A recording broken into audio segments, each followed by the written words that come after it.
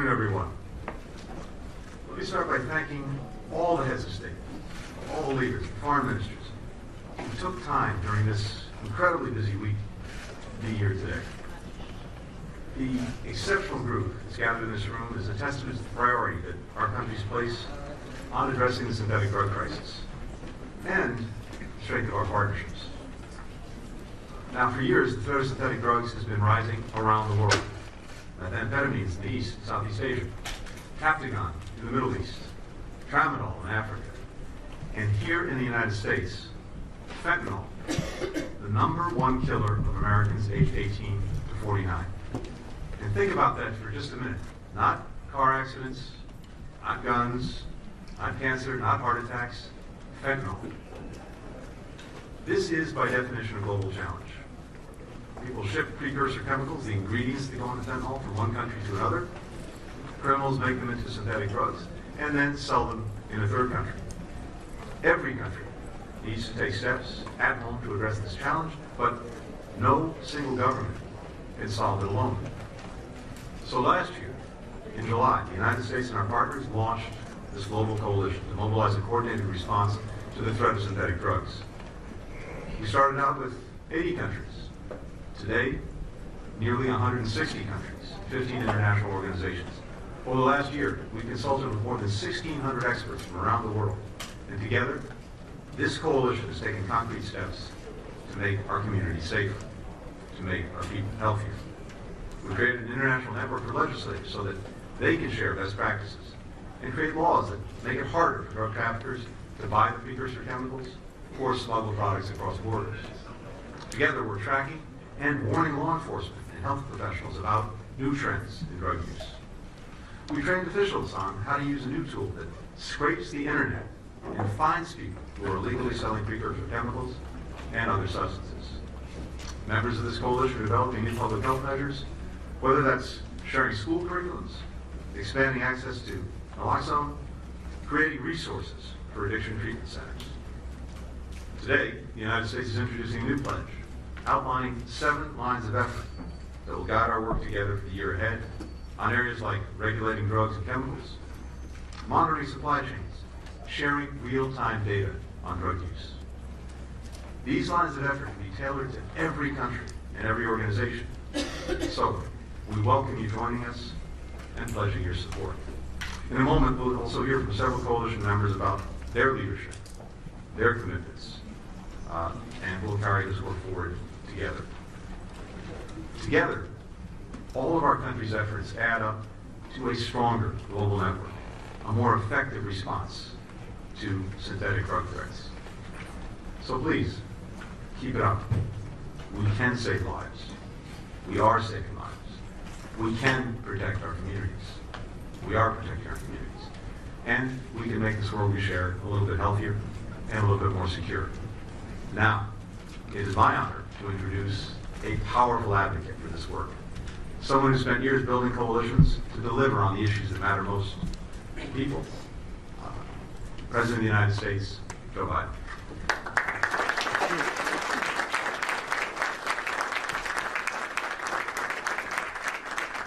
Thank you. All my fellow leaders from nations around the world, thank you for being here. It makes a big difference. A couple of years ago, a father who I got to meet from a small town here in the United States wrote me a letter about his daughter. Her name was Courtney. She was bright, smart, she had a laugh that was contagious, and wanted to travel the world. But in high school, she became addicted to pills. Her father eventually brought her to a treatment facility, but his insurance company wouldn't cover the cost. They said, quote, it wasn't a matter of life and death. A month later, Courtney died from a fentanyl overdose. She was just 20 years old. 20 years old. In his letter that he wrote to me, he described life without his child. He said, and I quote, there is no greater pain. There is no greater pain. I told him, I know what it's like, having lost several children myself, children. There is no greater pain. They still live in your heart, but there's no greater pain. Ladies and gentlemen, that's why we're here. Too many people all across our nation have stories like this. Too many families have suffered unbearable pain and unbearable loss. Opioids are the deadliest drug threat in our history. I've been working in drug control for a long, long time, since the days I was a senator. But this is the deadliest of all. For years, too little has been done to beat this threat here at home and around the world. In fact, before I came to office, overdose deaths in our country are increasing by more than 30% year over year. When I became president, I made beating opioid epidemic a central part of the unity agenda, something that our entire nation could rally around and has. Over the last 4 years, we've turned that agenda into action. My administration made naloxone, a life-saving overdose reversal medicine, available over the counter. You can purchase it over the counter for the first time. We invested over $80 billion across 50 states to expand access to addiction treatment and support. I issued an executive order that cut cartel leaders off from our financial system, including issuing 300 sanctions. And I've deployed hundreds of advanced X-ray machines to stop the threat of pills and powder coming across our border. Because I want to be clear, this is a national security threat. In July of this year, I signed the National Security Memorandum. It officially recognized that fact, that it is a national security threat. It calls on every part of our government to do more to stop fentanyl and protect our homeland from this threat. But as all of you know, this is a global challenge. It requires global solutions. So we established the Trilateral Fentanyl Committee with Canada and Mexico to stop narcotics crossing our border.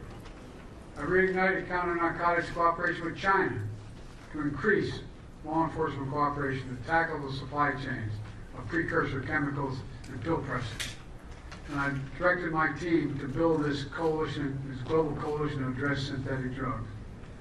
As all of you here know, this coalition now has, as the Secretary of State said, 150 nations as part of it. The result of these efforts, more fentanyl has been seized at our border in the last 2 years than the previous 5 years combined. Nearly 60,000 pounds of fentanyl have been seized. That's enough to kill every single American, many times over. Dozens of major cartel leaders and traffickers are now behind bars. And I'm proud to announce, for the first time in 5 years, overdose deaths are actually coming down across America. The latest data shows a 10% drop. That's the largest decrease on record. Folks, this matters. These aren't just facts and figures, they're families. Families who don't have to bear the loss of a child, a parent, a spouse. Families who are kept whole, but there are too many that are still dying. There's so much more that needs to be done. So the message today is very simple. We can't let up. We cannot let up. Drug manufacturers and the cartels continue to adapt their practices, develop new chemicals, move fast to evade our efforts. We have to move faster. They continue to exploit the global supply chains to expand their networks. We've got to cut them off. They continue to fuel violence, corruption, and instability. We've got to protect our people and our communities. That's why I'm calling on every nation here to commit to our new Global Coalition Pledge. This lays out the action we must all take to seize more drugs, stop more cartels, save more lives. I also want to thank the leaders here who are stepping up and launching the new initiatives today to advance coalition efforts all across 3 key areas. First, disrupting supply chain, including production and distribution of illicit drugs. Secondly, detecting emerging drug tests and increasing information sharing across all our countries. And thirdly, preventing more deaths by treating more people through public health interventions. Increased access to life-saving medications. It's possible.